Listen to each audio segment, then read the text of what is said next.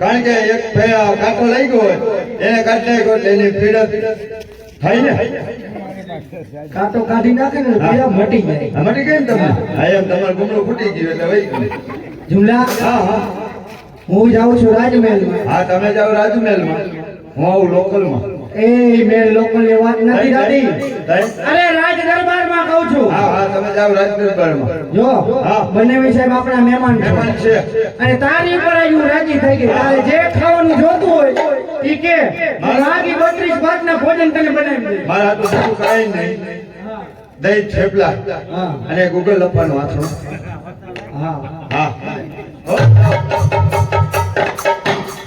હા હા બાપુ બહુ ખોટું થઈ ગયું હો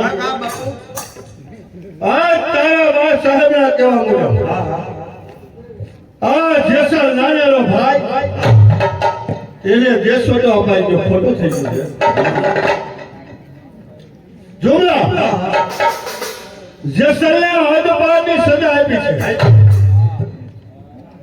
જેસલ છૂટો છે હારો નથી હા હવે તો બાપુ એ દંગો જેસલ છૂટો છે હારો નથી જુમલા રાજ કચેરી ફરાણી છે કચેરીની અંદર બેઉ ફેરવાનું તારે જેસલ જ્યાં જો હોય ત્યાં જેસલે આ ગાડીઓ નાખીને મારી કચેરીમાં હાજર કરે બેઉ 3 વખત ફેરે રાજ કચેરીમાં જે કોઈ જેસલને જીવતો અથવા મરેલો મારી પાસે હાજર કરે એને 1.25 લાખ રૂપિયા ઇનામ કાંઈ વાંધો નહીં બાપુ હમણાં ભીડું ફેરવી દો કચેરીની અંદર ભીડું ફેરવવામાં આવે છે જેસલભાને જીવતા અથવા મરેલા પકડી પાડે એને 1.25 લાખ રૂપિયા ઇનામ બાપુ આપની કચેરીમાં કોઈ ભીડું ચાલે એમ નથી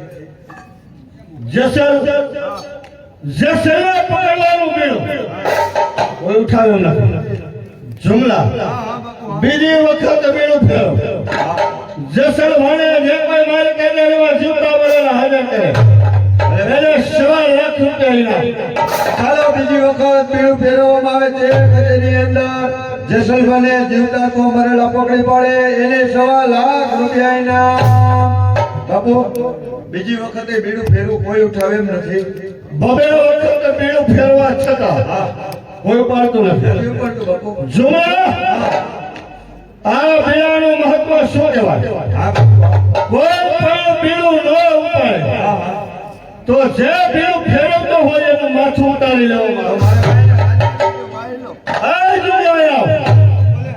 હું સડી જાઉં બધે ત્રીજી વખત બીડું ફેરવ કે જે સમયે જે કોઈ જીવતો હતો મરેલો હાજર કરે એને 1.25 લાખ રૂપિયા રાજ તરફથી હમણાં ફેરવી દો ચાલો ત્રીજી વખત કચેરીની અંદર ભીડું ફેરવવામાં આવે છે જેસલભાને જીવતા તો મરેલા પકડી પાડે એને 1.25 લાખ રૂપિયા ઇનામ બાપુ ત્રીજી વખત ભીડું ફેરવું કોઈ ઉપાડે એમ છે નહીં બાપુ જુમલા 3 વખત બીડું ફેરવું છતાંય કોઈ બીડું થવા તૈયાર નથી મને એવું લાગે છે કે રણ જંગલ રજપૂતો અને ધરતી પર ખરી ખરી ગયા લાગે હવે કોણ કહે છે રજપૂતો એ થઈ ગયા છે કોઈ બનાવી ઋષિ વાઘેલા બનાવી ઋષિ વાઘેલા બનાવી સાહેબ જેસલને જે કોઈ હાજર કરે એને 1.25 લાખ રૂપિયા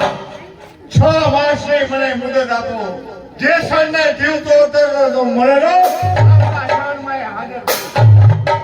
હા બનાવી સાહેબ 6 મહિનાની અંદર જેસલને જીવતો ડોકમાં ગાળીઓ નાખી મારી કચેરીમાં હાજર કરશો હા બનાવી સાહેબ ઋષિ વાઘેલા જેસલને બંધીવાન કરવા જતા સારા બનાવીના સંબંધ આડા નહીં આવે ને હવે જે દિવસે સારા અને બનાવીના સંબંધ આવશે એ દિવસે જેસલને છૂટો મૂકી દઈશ તો જાઓ બનાવી સાહેબ જેસલ જે સ્થિતિમાં હોય એ સ્થિતિમાં મારા રાજ કચેરીમાં હાજર જાઉં છું 6 માસની અંદર જેસલને જીવતો તો મરેલો આપની કચેરીમાં હાજર જય મારા જુમલા બનાવી સાહેબ મુનશી વાઘેલા જેસલને પકડવા માટે ગયા છે.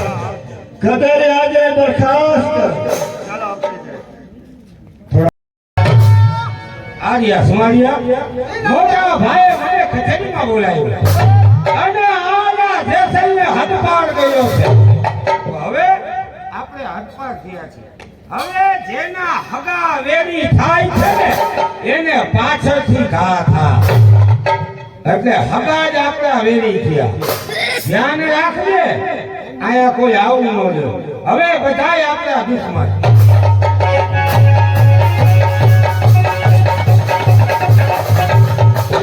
કોણ છે હાજર? જેસલ બાપુ હે? એમને કયો ને જુમલો આવ્યો હે.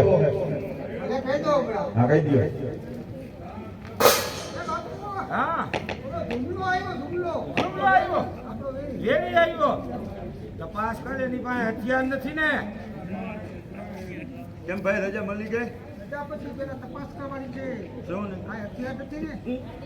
અરે ભાઈ હથિયાર હું રાખતો નથી ને રાખવાય નથી, કારણ કે મારી જીભત રહી ને એ જ હથિયાર છે. ના કાંઈ રાખતા નથી.